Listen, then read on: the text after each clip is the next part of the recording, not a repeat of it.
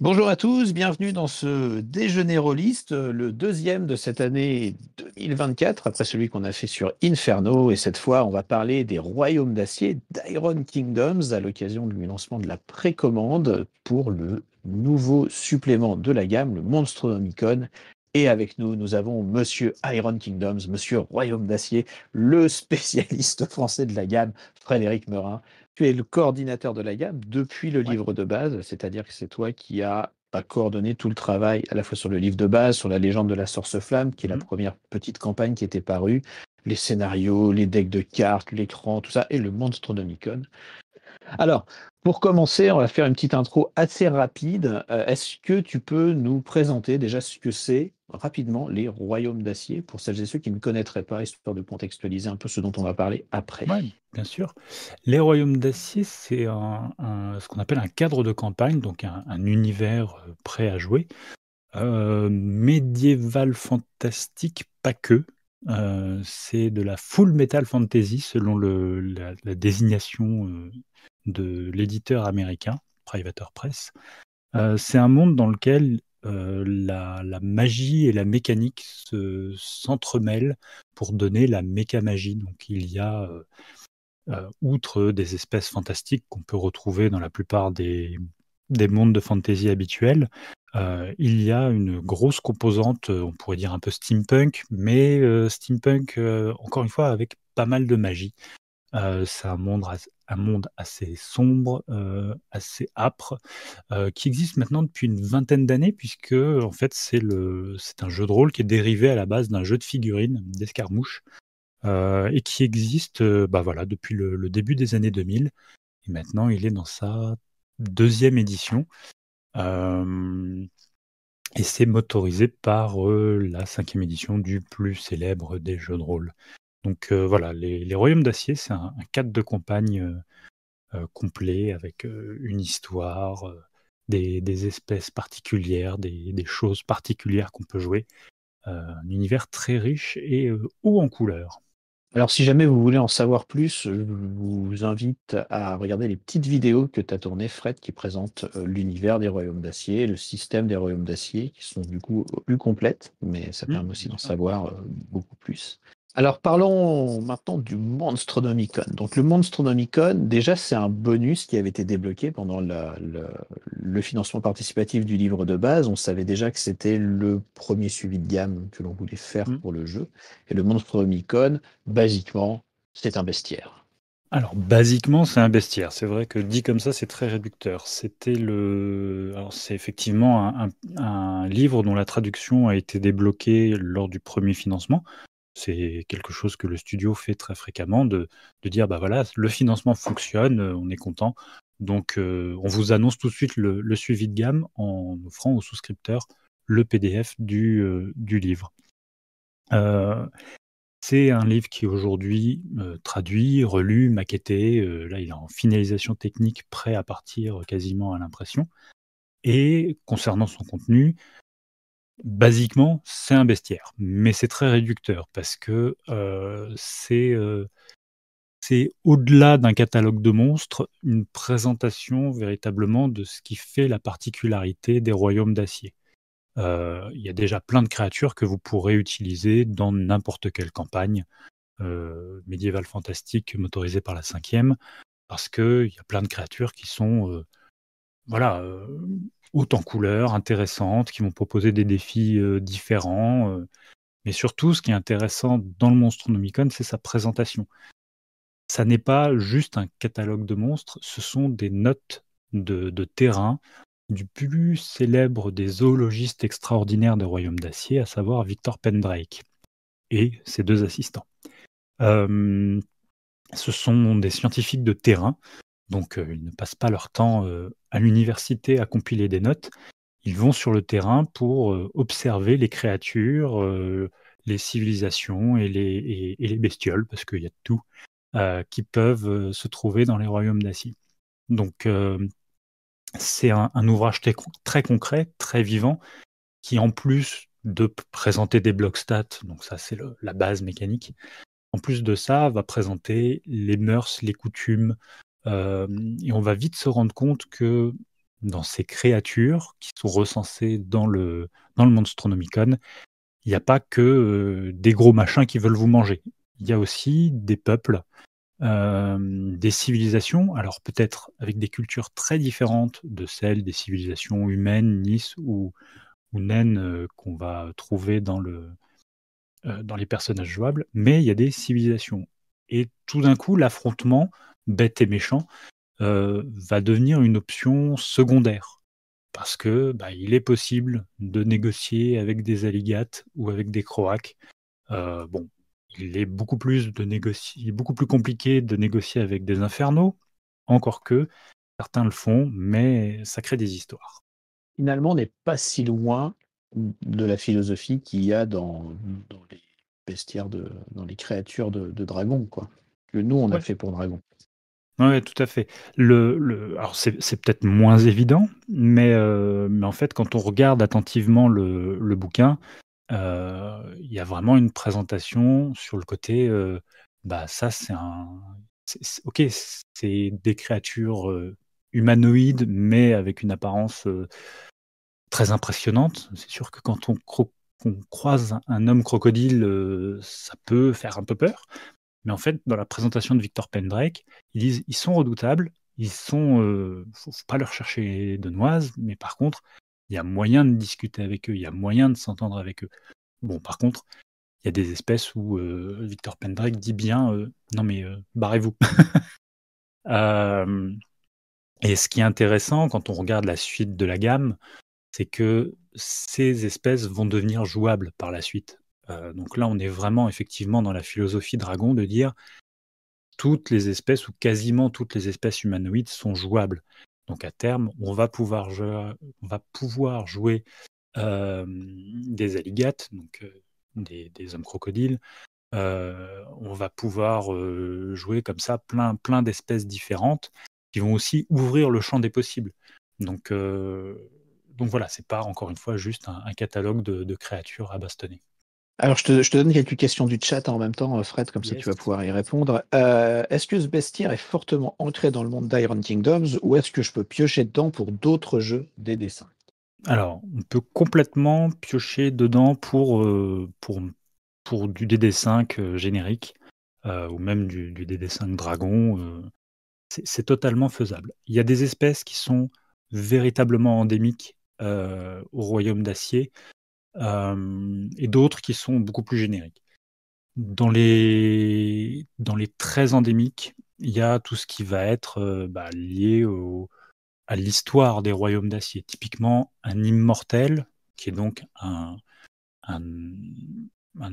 Orgoth les Orgoths, c'est les envahisseurs des royaumes d'acier qui ont été boutés hors du continent quand les royaumes d'acier ont découvert que en mélangeant de la technologie avec de la magie, ça faisait des scaraciers et que c'était pas mal pour taper sur des envahisseurs. Pendant la période d'occupation, il y a des Orgoths qui ont vécu et qui sont morts dans les royaumes d'acier. Et les plus puissants, les chefs de guerre, ont fait des tombeaux à leur gloire. Et peut-être qu'ils ne sont pas totalement morts dedans. Conseil, n'allez pas dans ces tombeaux, il pourrait vous arriver des bricoles. Donc ça, c'est des créatures qui sont complètement endémiques au royaume d'acier. Ça va être compliqué de les adapter. De la même manière, on va avoir des infernaux, qui sont les créatures diaboliques et démoniaques avec qui il y a eu des pactes passés, il y a eu des sectes qui se sont mises en place pour leur offrir un passage sur le monde physique. A priori, c'est complètement spécifique au Royaume d'Acier, mais on pourrait imaginer, comme c'est des extraplanaires, que s'ils cherchent à rentrer à un endroit, ils pourraient chercher à rentrer quelque part ailleurs. Donc, vous pouvez, si vous avez besoin d'une secte démoniaque qui adore des créatures, vous pouvez prendre les infernaux qui sont décrits dans le Monstronomicon et puis les injecter dans votre campagne. Et puis après, il y a, pour le coup, vraiment beaucoup de créatures qui sont utilisables dans n'importe quel monde. Je reprends l'exemple de mes alligates. Vous avez besoin d'un peuple d'hommes crocodiles parce que vos personnages vont explorer une jungle ou des marécages. Voilà, ils sont tout faits, ils sont là. Allez-y, vous pouvez vous en servir. Vous avez besoin de trolls un peu originaux. Il y a toute une gamme de trolls qui sont assez impressionnants et bien foutus. dans le Monstronomicon, vous pourrez vous en servir. Et puis, il y a des bêtes, il y a des créatures comme ça qui sont complètement exploitables dans n'importe quelle campagne. Bon, par contre, tout ce qui est nécrocère, les morts-vivants animés par la magie spécifique des royaumes d'acier avec des composantes technologiques, là, encore une fois, ça va être plus compliqué de les balancer sur Eana. Mais voilà, je dirais qu'il y a un quart de vraiment spécifique au royaume d'acier qui sera compliqué de transposer ailleurs. Et puis, il y a pareil un petit quart, vraiment un tout petit quart qui est qu'on peut faire basculer en forçant un tout petit peu. Et par contre, il y a vraiment plus de la moitié de l'ouvrage. Je sais que ça fait pas un compte rond, mais vous voyez à peu près. On va dire 20%, et puis il y a un gros 60% qui est là complètement générique et que vous pouvez utiliser dans n'importe quelle campagne 5e. Après, bon, si on résume, le Monstronomicon reste quand même, on va dire, un supplément pour les royaumes d'acier. C'est juste Bien sûr. que si vous êtes meneur de jeu sur les royaumes d'acier et d'autres univers, il est adaptable en fait. Mais c'est vrai que Voilà. pour quelqu'un En qui fait, ne jouerait pas au royaume d'acier, bon, c'est pas un supplément, on peut pas le voir comme un supplément générique. Il est vraiment ancré dans non, l'univers pour une grande partie. Ouais. il y a quand même une grande partie qui est très inscrite dans les royaumes d'acier. Je pense notamment à la présentation des dragons. Les dragons sont présentés comme les créatures spécifiques au royaume d'acier qu'elles sont. Par contre, voilà, c'est totalement différent des dragons présentés dans créatures. Les dragons des royaumes d'acier, déjà, ils n'ont pas de bloc stat parce que c'est des créatures quasi divines. Donc, c'est pas la peine de chercher à les affronter. C'est juste, voilà, on vous explique qui sont ces créatures et comment elles influencent le paysage et le monde autour d'elles. Parce que voilà, elles ont vraiment, rien que leur simple présence fait que le monde change autour d'elles. Donc ça, c'est une présentation qui est complètement spécifique au Royaume d'Acier. Par Tu peux contre, peut-être nous en parler un peu des dragons, enfin de vraiment ce qui fait la spécificité des dragons dans les royaumes d'acier. C'est vrai que dans beaucoup d'univers, les dragons, alors c'est toujours des créatures très fortes, mais souvent on peut quand même les affronter et parfois gagner, suivant voilà. les niveaux. Mais pas dans les royaumes d'acier, en fait, pas Non, dans pas Iron dans les Kingdoms. Royaumes d'Acier, il faut pas faire ça. C'est vraiment pas une bonne idée. Enfin, sauf si vous insistez, on vous aura certainement prévenu avant, et si vous mourrez, faudra pas vous étonner. Alors, dans la genèse des Royaumes d'Acier, à la base, il y a un seul dragon qui s'appelle Toruk. Et son petit surnom, c'est Père de tous les dragons. Alors, c'est pas une expression, c'était vraiment un dragon tout seul, hyper puissant, qui donc, on peut le qualifier de dieu à ce niveau-là de puissance. Il s'ennuyait tellement qu'à un moment, il a dit je vais fractionner mon Atang, ce qui pourrait correspondre le plus à son âme, même si elle a une matérialité. Je vais fractionner mon Atang pour faire d'autres dragons. Et donc, il fractionne son âme, encore une fois, pour faire toute une progéniture. Puis il en fait beaucoup. Puis en fait, il se rend compte que forcément, ça a un peu rogné de sa propre puissance. Et puis, sa progéniture, étant ce qu'elle est, se dit mais si on se ligue tous contre papa, on peut lui mettre sur la tronche, le battre et devenir plus puissant. Sauf que là, on est sur de l'affrontement divin, quoi. Donc, forcément, ce qui se passe en dessous, les humains, les elfes se prennent des retombées sur la tronche. Et quand je parle de retombées, c'est pas une formule. Encore une fois, la présence même d'un dragon corrompt et modifie la nature autour de lui.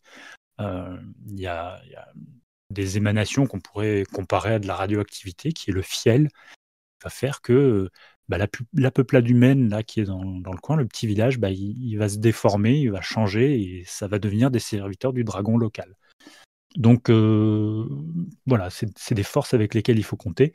Et pour parler encore un petit peu de cette histoire des dragons, Toruk, pas très content que sa progéniture se rebelle, commence à lui mettre sur la tronche, récupère les morceaux d'âme qu'il a un peu dispersés, regagne en puissance, mais se rend compte que quand même, par rapport aux autres, tous unis, il est un peu moins fort. Donc il se barre dans un coin, sur des îles qui s'appellent les îles Shard, où il crée un royaume nécromantique, parce que voilà, pour dire à quel point il modifie le monde autour de lui, c'est là où il s'installe, les gens deviennent des morts-vivants. Bon. Donc là non plus, il ne faut pas y aller, c'est pas une bonne idée. Et il y a un statu quo entre les quelques dragons qui restent sur le continent et le gros très énervé qui est leur papa, qui s'est installé sur les îles. Bon, à un moment, ces gens-là vont régler leur compte et il ne faudra pas être en dessous. Mais voilà, c'est pas des créatures qu'on va affronter, c'est éventuellement des créatures avec lesquelles on peut aller demander un service si vraiment, mais bon, voilà, c'est comme rencontrer un dieu dans une autre campagne plus traditionnelle. Ça n'arrive pas tous les jours et il faut qu'il y ait des bonnes raisons pour le faire. En fait, ce qui est intéressant, ce que tu es en train de dire, le monstre Omicron, c'est quelque part aussi un livre-univers, en fait. Oui, Background. complètement, parce que il va présenter les dragons, il va présenter les espèces d'humanoïdes qui ont été dégénérés / modifiés par les dragons, qui sont les draconiens. Et puis il va aussi présenter cette engeance démoniaque que sont les infernaux. Et là, pour le coup, les infernaux, c'est eux qui ont donné le nom au jeu tel qu'il est actuellement. Le jeu actuellement s'appelle Iron Kingdom Requiem. Pourquoi Requiem? Parce que il y a 6 ans, dans la timeline du jeu, il y a un événement qui s'appelle la collecte, où les infernaux viennent pour dire, au fait, l'humanité, là, il serait temps d'honorer votre part du marché. Donc on va venir récolter 2/3 des âmes des êtres vivants, hein, et puis ça va bien se passer. Bon, évidemment, le monde mortel, il n'est pas trop d'accord pour sacrifier 2/3 des âmes, tout ça, donc il se laisse pas tout à fait faire. Mais voilà, il y a quand même vous imaginez l'ampleur du conflit. Et les infernaux sont encore là, parce que même s'ils ont été vaincus, s'ils ont été repoussés, il y a encore des gens assez fous pour les adorer et essayer de leur donner un pied pour revenir sur le monde matériel. Et ça, cet adversaire, ce gros adversaire du monde des royaumes d'acier, il est présenté de manière très exhaustive dans le Monstronomicon. Et là, pour le coup, on apprend plein de choses sur ces créatures, ce qu'elles font, pourquoi elles veulent venir ici, et sur les particularités de chacune de ces espèces alors, je n'ai pas envie de dire démons, mais voilà, sur chacune des espèces infernales. Tu veux dire que c'est presque un livre des secrets? Non, quand même pas, parce que c'est une menace qui est connue dès le livre de base. Je suis pas sûr qu'on puisse qualifier de Iron Kingdom de jeu à secret. En tout cas, pas dans ses premiers livres.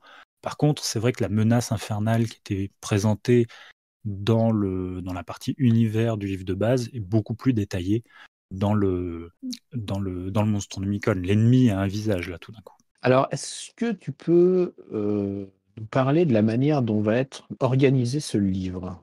C'est très classique. Il y a un petit préambule qui présente quel est cet ouvrage. Donc ça redit ce que j'ai expliqué en début de déjeuner, à savoir, ce sont les notes de terrain et l'ouvrage rédigé par Victor Pendrake. Et après, par ordre alphabétique, sont présentées les créatures, les espèces que Victor Pendrake a recensées dans son livre. Donc on va avoir des créatures qui vont justement de la ligate au Warou sauvage. Et donc voilà, c'est une présentation alphabétique assez classique, avec, pour certaines espèces, des focus un peu plus importants, notamment pour alors des choses qui sont encore une fois très spécifiques, tout ce qui est mécano-nécrocères, donc les morts-vivants des îles Shard, là, dont on parlait un peu plus tôt. On va avoir un focus sur les infernaux, sur les dragons. On va avoir un focus un petit peu sur les scaraciers quand même, parce que seraient les royaumes d'acier sans ces automates animés par la vapeur et la magie. Et puis sur des espèces aussi endémiques, comme les céphalix ou les phacoches, qui sont très présentes dans les royaumes d'acier. Donc il y a une partie présentation individuelle de chaque typologie de créature, mais aussi de la grande famille dont ils font partie. Donc c'est une présentation très classique qui à la lecture permet de s'y retrouver facilement, avec en plus l'avantage, c'est qu'il y a des annexes qui vont regrouper ces créatures soit par facteur de puissance, soit par terrain. soit par type. Donc si vous avez besoin vous êtes en train de préparer votre scénario, vous avez besoin de créatures de facteur de puissance 2, parce que c'est ce qui colle avec votre groupe de PJ, vous vous référez à la table, vous allez sélectionner des créatures de puissance 2, puis vous pouvez même recouper avec le terrain, parce que actuellement, vos aventuriers sont sur un terrain, je dis n'importe quoi, arctique. Donc vous allez pouvoir recouper comme ça en disant terrain arctique, puissance 2, qu'est-ce que je peux leur faire rencontrer. Et d'ailleurs, j'ai une petite remarque pour reprendre ce que tu disais.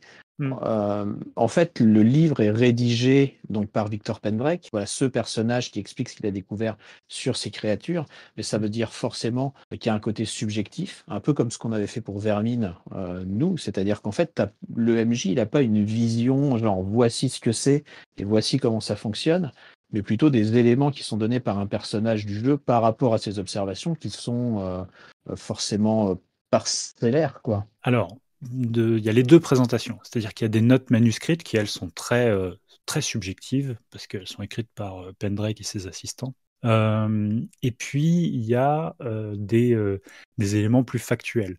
Dans le bloc stat, vous allez savoir comment fonctionne la créature. Par contre, peut-être qu'il y a des éléments de ses motivations qui seront dévoilés plus tard. Je pense notamment tout simplement la créature occulte. Voilà, déjà, rien que ce nom, créature occulte, ça veut tout et rien dire. Sauf que c'est présenté comme étant dans un certain coin du monde. Ça a commencé à apparaître suite à un certain événement, mais on ne sait pas si c'est une cause, une conséquence. Voilà, juste il y a une coïncidence d'apparition. Et là, pour le coup, on n'a pas les raisons qui expliquent pourquoi ces créatures sont là. Et ça va apparaître dans la suite de la gamme. Donc, pour certaines créatures, on est sur du très factuel. Les créatures les plus communes, les plus classiques, j'ai envie de dire, le tailladeur de bois d'épines, c'est une bête qui vit dans le bois d'épines, tout simplement. Donc là, c'est une présentation presque biologique et factuelle, il n'y a pas trop de mystère. Par contre, la créature occulte, mais c'est quoi donc? Les dragons, est-ce qu'on va tout savoir sur eux? Je ne crois pas. L'archonte du vide, mais c'est quoi donc? Il y a pas mal de mystère qui est mis, et c'est autant d'accroches de scénario et aussi de potentiel de développement, notamment dans le triptyque qui suivra, à savoir Borderlands and Beyond, qui va s'intéresser à certains de ces aspects les plus mystérieux. Mais du coup, Iron Kingdoms, l'univers des Royaumes d'Acier, c'est genre un truc hostile à la vie humaine ou c'est si dangereux que ça? Ou bon, Non, ça va. c'est pas hostile à la vie humaine dans le sens où tout l'univers se ligue contre les formes humanoïdes. Par contre, la quatrième de couvre résume bien ça. Il y a une note de Victor Pendrake sur la quatrième de couvre qui dit avant l'avènement des royaumes d'acier, il y avait quelque chose, les monstres. Et donc, les royaumes d'acier, c'est un monde en développement très rapide, parce que c'est un monde qui est en train de découvrir l'industrialisation depuis 200-300 ans, qui est en train de déployer comment ça s'appelle, des chemins de fer, qui est en train qui découvre le charbon, donc qui explose d'un point de vue démographique quand il n'y a pas une invasion extérieure. Mais voilà, c'est un monde qui commence à rogner sur les terres sauvages. Et c'est un peu comme ce qui s'est passé en Amérique quand les colons sont arrivés. Ils ont un petit peu tout ravagé sur leur passage. Sauf qu'ici, on est dans un monde fantastique et la nature riposte. Voire, il y avait des choses avant qui étaient là et qu'il faudrait ne pas déranger. Voilà, le bison, il fait 4 fois la taille de la locomotive et s'il s'énerve, il renverse la locomotive. Et sous le tumulus, il n'y a pas juste un peuple, enfin la tombe d'un peuple natif, il y a des trucs qu'il faudrait vraiment laisser sous le tumulus. Donc, c'est pas hostile dans le sens on veut pas que vous soyez là et on va vous taper parce que vous êtes venu, mais c'est dans le sens faites attention où vous mettez les pieds, s'il vous plaît. Donc c'est intéressant parce que évidemment, ça reste un bestiaire avec plein de stats, mais ça présente aussi plein de choses sur l'univers et sur la vision du monde qu'on peut en avoir. Une question de JP dans le chat. Certaines sources évoquent également des Orgoths qui fomenteraient une deuxième invasion. Ce serait donc aussi un ouvrage de lore qui fait un peu avancer l'histoire vivante. Point d'interrogation. Alors, il y a une mention qui fait lever un sourcil dans le bouquin et qui parle du retour des Orgoths, mais il n'est pas encore clairement abordé dans cet ouvrage. C'est dans la suite. Après, spoiler, oui, euh, les Royaumes d'Acier sont un jeu, enfin Iron Kingdoms est un jeu à storyline. Cette histoire progresse en parallèle dans le jeu de rôle et dans le jeu de figurines qui continue à exister aujourd'hui. Et effectivement, il y a une deuxième invasion Orgoth, plus de 3 autres problèmes, parce que bon, les trains qui arrivent à l'heure, ça n'intéresse personne, et si tout se passait bien, il n'y aurait pas d'histoire. Mais du coup, est-ce que le Monstronomicon est un supplément qui fait avancer la storyline du jeu? Pas en tant que tel. Non, non, il faut se souvenir qu'en fait, il a été produit par Privateer Press en même temps que le livre de base. Donc tout ce qui est produit en une fois aux États-Unis se situe au même instant, à une vache près, de la storyline. Donc il y a des petits indices pour dire il se passerait pas un truc là, mais on en reste là. Donc on est sur dans le Monstronomicon, on en est sur le temps de reconstruction après la collecte. C'est quelque chose que toi, tu voudrais mettre en valeur là, dans la présentation de ce livre? Quelque chose, je sais pas, que tu as aimé, qui t'a surpris, auquel tu ne t'attendais pas? Moi, j'ai bien aimé le côté très varié des présentations. Autant on va se retrouver avec des créatures qui sont clairement présentées comme des adversaires. Tout ce qui est mort-vivant, généralement, ça n'a pas bonne presse et on n'est pas là pour essayer de négocier avec. Ça, c'est, j'ai envie de dire, évident. Autant pour les facoches, autant pour les alligates, et même les trolls. On nous montre bien que, bah oui, on n'est pas tout seul. Enfin, les royaumes d'acier sont pas tout seuls dans le monde et il y a d'autres civilisations qui ont suivi d'autres chemins qui sont là autour. Et cette diversité de points de vue, je trouvais intéressante. C'est corroboré en plus par le fait que, effectivement, par la suite, dans la suite de la gamme, seront présentées de nouvelles espèces jouables, et notamment les alligates, les facoches. Et puis, il y a le lien avec les trolls qui est fait. Donc, il est clairement dit, d'ailleurs, ça se voit à leur design, il est clairement dit que les trolls et les trollkins ont une parenté commune. Les trolls sont restés plus frustres et sont plus du côté du géant un peu énervé, surtout si on vient l'embêter chez lui. Mais les trollkins ont une évidente parenté avec les trolls, qui sont très différents des trolls de fantasy habituels d'ailleurs. Donc c'est toujours ce pas de côté qui est fait par rapport à la fantasy classique qui, moi, m'a amusé et intéressé dans la gamme générale des Royaumes d'Acier. D'habitude, les Rufolk, les nains, sont très isolationnistes, ils n'aiment pas les gens, voilà, ils restent sous leur montagne.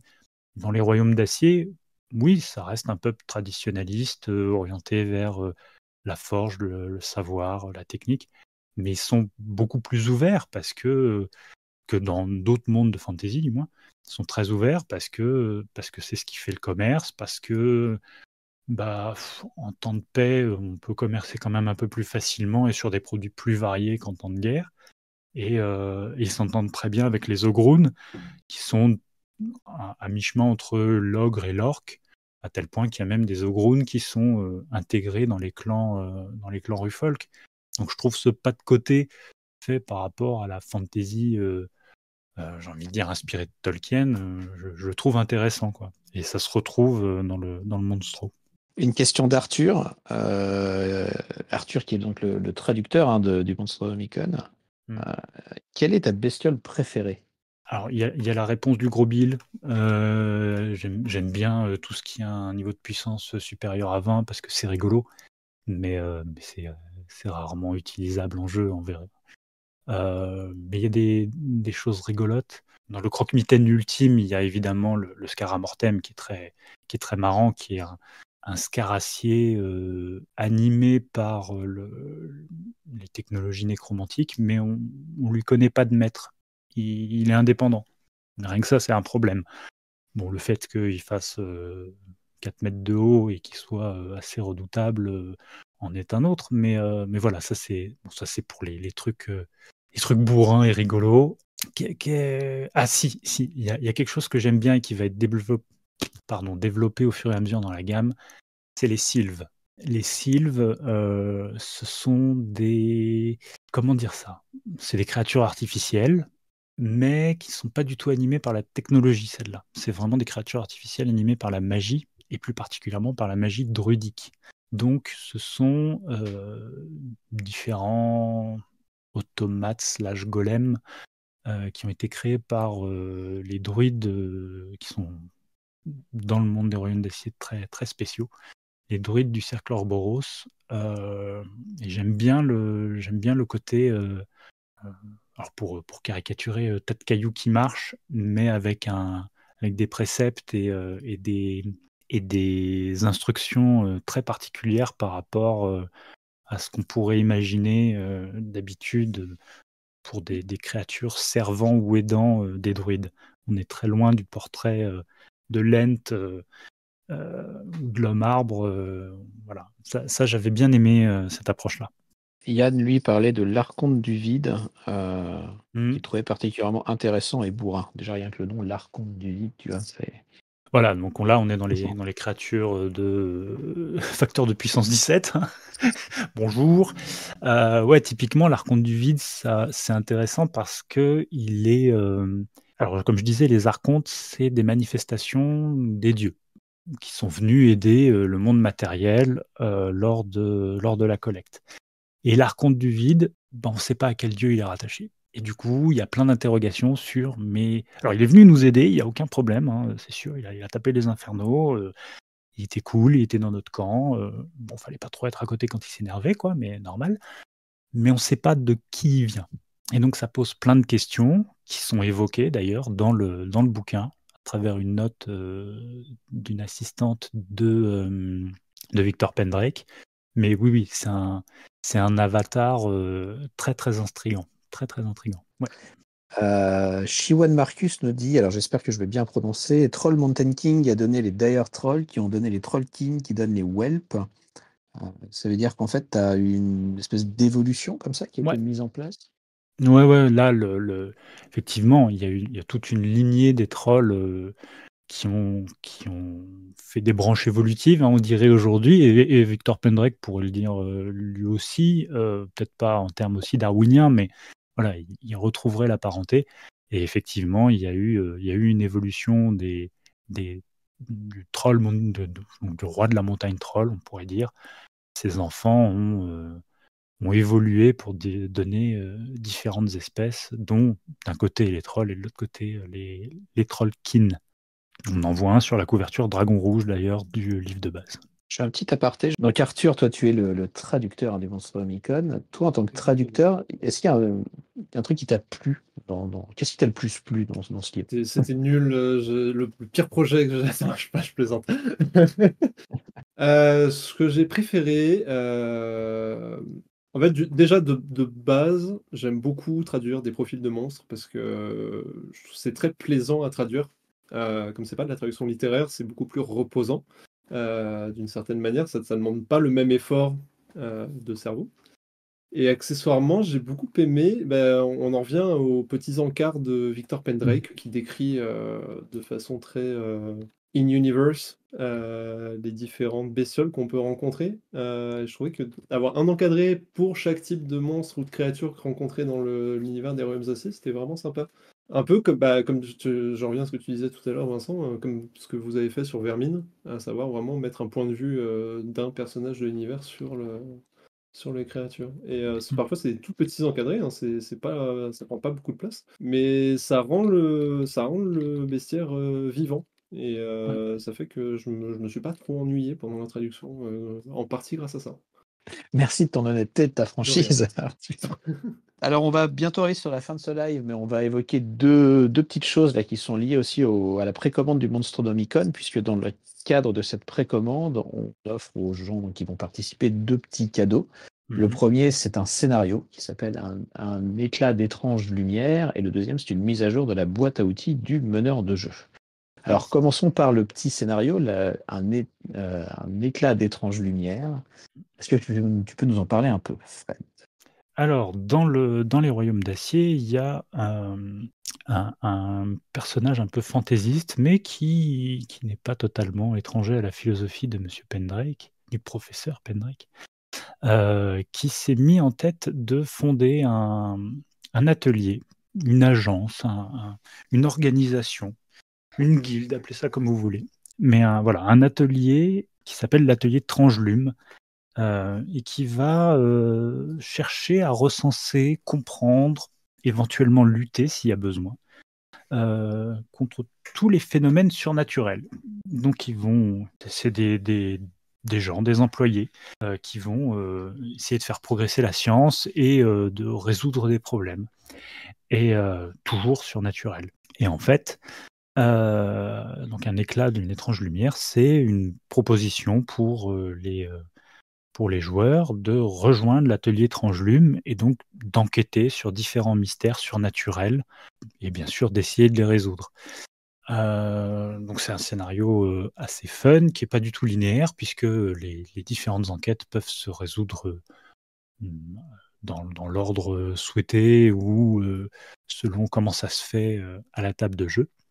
C'est un scénario qui est assez malin parce que comme dans toute enquête où il y a du surnaturel, la violence n'est pas toujours la solution, voire assez rarement en fait, parce que quand on met un pauvre petit PJ ou un pauvre petit groupe de PJ entre le niveau 1 et 4, vouloir sortir les épées contre une créature surnaturelle, c'est pas toujours la meilleure idée qui soit. C'est un scénario où l'échec est une option, et où la ruse et l'inventivité, l'observation, voire la diplomatie vont devoir sortir, parce que si les joueurs ils vont tête baissée, ça va bien se passer. Donc c'est un scénario très fun qui permet en plus de découvrir des aspects assez rigolos des Royaumes d'Acier. Je reviens donc sur une question du chat de JP qui demandait si le scénario est faisable par une charte de mercenaires. Oui, totalement. Oui, c'est faisable. Parce que vous pouvez rejoindre l'atelier Trangelume pour simplement dire nous on cherche du boulot, donc on peut imaginer qu'une charte de mercenaires soit un petit peu entre deux contrats et se disent là ils embauchent, ils ont besoin de gars un peu malins, un peu futés, c'est pas pour nous. Non mais voilà, on peut imaginer qu'une charte de mercenaires entre deux contrats qui les mèneraient d'une ville à une autre pour escorter va rejoindre l'atelier, peut-être temporairement, peut-être qu'ils vont se découvrir une vocation. On ne sait pas. Mais oui, c'est jouable. Donc ce sera un petit livret de scénario qui est offert avec la précommande, qui sera en vente ensuite en boutique. Ce sera un livret et un livret imprimé, j'insiste dessus, puisque le deuxième petit cadeau pour du coup c'est un PDF, il n'y a pas de version imprimée de la boîte à outils du meneur de jeu. Pour autant, ça reste un gros PDF. Pourquoi il n'y a pas de version imprimée? Parce qu'elle n'existe pas aux États-Unis et que Privateer Press ne souhaite pas qu'il existe en France du contenu qui ne serait pas disponible pour le public américain. Alors, la boîte à outils du meneur de jeu, elle a été en grande partie débloquée pendant le financement participatif du livre de base. C'est on va dire une compilation d'aides de jeu très diverses sur les Royaumes d'Acier, sur l'univers des Royaumes d'Acier. Et cette version augmentée reprend à la fois ce qui avait été débloqué à l'époque, mais aussi du nouveau contenu. Ouais, ce nouveau contenu, il n'y a pas de mystère, c'est les 3 paliers qui n'avaient pas été atteints lors du financement participatif. On s'est dit que c'était l'occasion de compléter. Il y a 3 nouvelles aides de jeu qui sont les monnaies des Royaumes d'Acier. Donc ça, c'est vraiment présentation générale sur quelle monnaie et quelle division de monnaie on court dans les différents royaumes. Donc ça va aussi vous permettre notamment de mettre de la couleur à vos parties, mais surtout peut-être de trouver des petites intrigues de scénario parce que forcément, selon quelle monnaie est utilisée à tel endroit, vous allez pouvoir donner des indices. Si ce PNJ utilise telle monnaie plutôt que telle autre, ça peut vouloir dire des choses sur lui. Peut-être que vous allez mettre au jour des trafics de fausses monnaies, etc. etc. La deuxième aide de jeu, alors là, elle va plaire à tout le monde, puisque qui refuserait de nouveaux objets magiques? Donc, c'est une aide de jeu sur des objets magiques spécifiques au Royaume d'Acier. Alors, outre le côté équipement qui fait plaisir, il y a évidemment l'origine de ces objets qui va permettre de se mettre encore une fois des accroches de scénario sous le coude et de pouvoir les proposer à sa table. Et puis enfin, la troisième aide de jeu, et c'est un petit peu celle qui a motivé qu'on ajoute ces bonus dans la précommande du Monstronomicon, c'est une aide de jeu sur des PNJ emblématiques des Royaumes d'Acier. Et parmi ces PNJ, il y a Victor Pendrake et ses 2 assistants. Donc vous pourrez rencontrer la légende puisque le personnage est présenté de manière exhaustive dans la boîte à outils du meneur. Il y a aussi d'autres figures, d'autres célébrités des Royaumes d'Acier, certaines que vous serez ravis de rencontrer, et d'autres où ce sera plus compliqué, peut-être que vous voudrez un peu les éviter quand même, quoi.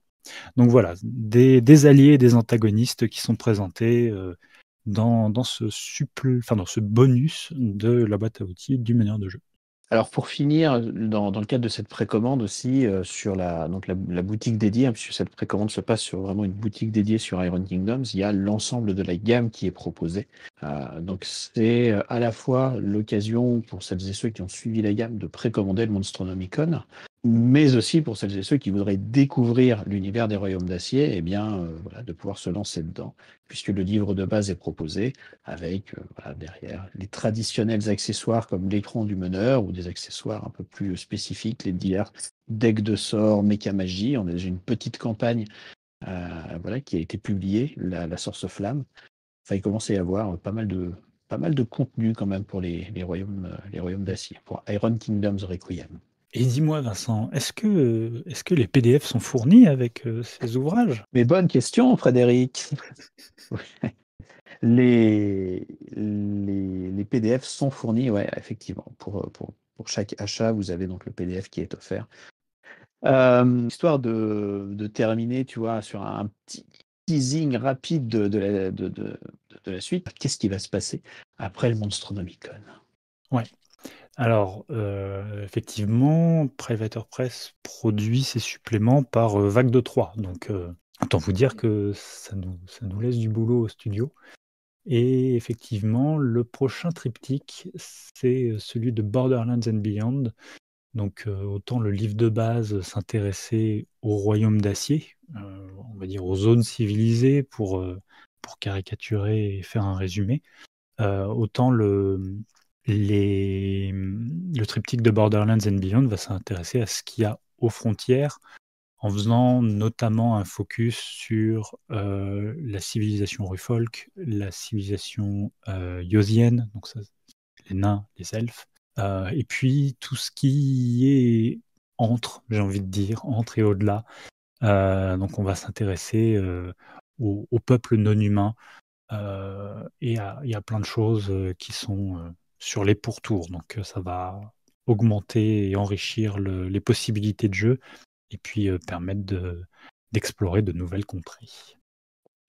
Mais ça, c'est pas avant 2025. L'actualité Iron Kingdoms là pour 2024, c'est bien le Monstronomicon, à la fois cette préco et puis la sortie boutique après, quoi. Sur ce, pour rappeler, donc le Monstronomicon est disponible en précommande donc jusqu'au 26 février. C'est bien un format de précommande et pas un financement participatif. L'idée étant d'envoyer le livre à l'impression à la fin de la préco, donc on va dire début mars, pour que les gens soient livrés rapidement. Il y a moins de cadeaux que sur un financement participatif, il y a aussi moins de temps d'attente. Il y a tout de même quelques petits cadeaux, on en a parlé, le petit scénario, la version augmentée de la boîte à outils du meneur de jeu, le PDF associé. Et puis c'est aussi l'occasion, dans le cadre de cette précommande, de commander le livre dans l'édition de votre choix, puisque comme le livre de base, le Monstronomicon est proposé dans sa version standard, donc avec la couverture américaine, dans sa version Dragon Rouge, avec une couverture collector exclusive à l'édition française, et dans son édition Grand Vert, en simili-cuir, pareil, exclusif à l'édition française. Donc vous pouvez avoir une collection cohérente avec votre livre de base. Rappelons que l'édition standard, elle sortira en boutique dans la foulée donc de la livraison des gens qui ont participé à la précommande, mais que par contre, les éditions Dragon Rouge et Grand Vert sont des exclusivités de la vente en ligne. Vous pourrez retrouver ensuite par la suite ces éditions sur d'autres événements qu'on pourra organiser, des futurs Ulule, ce genre de choses, mais vous ne les retrouverez pas en boutique, si ce n'est dans les quelques boutiques qui participeront à la précommande. Il y en a quand même quelques-unes. Si jamais vous avez la moindre question, n'hésitez pas à venir sur notre Discord. L'équipe du jeu et notamment Fred sont très présents, peuvent répondre à vos questions, toutes les questions que vous pourriez vous poser. Fred a probablement la réponse et s'il ne l'a pas, il pourra aller la chercher. Tout à fait. Merci beaucoup, merci à tous et merci à celles et ceux qui ont suivi ce déjeuner rôliste en live. Nous l'avons enregistré et il sera disponible en rediff sur notre chaîne YouTube avec un petit montage sur lequel je vais insérer les images des créatures dont tu parlais, Fred, pendant le live. Donc, bonne fin de journée. Merci.